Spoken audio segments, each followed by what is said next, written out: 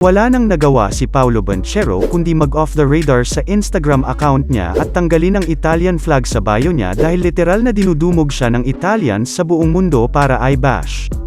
Tinawag na traidor ng Italian sports director na si Gianni Petrucci ang 20-year-old American-Italian pagkatapos nila malaman na nag-commit si Paolo sa Team USA para sa nagdaang FIBA World Cup.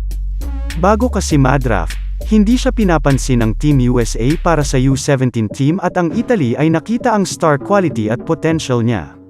Lalo pa siyang sinamba ng Italians nang madraft siya bilang first overall pick at talagang proud Italian ito sa pamamagitan ng pag-photoshoot kasama ang flag.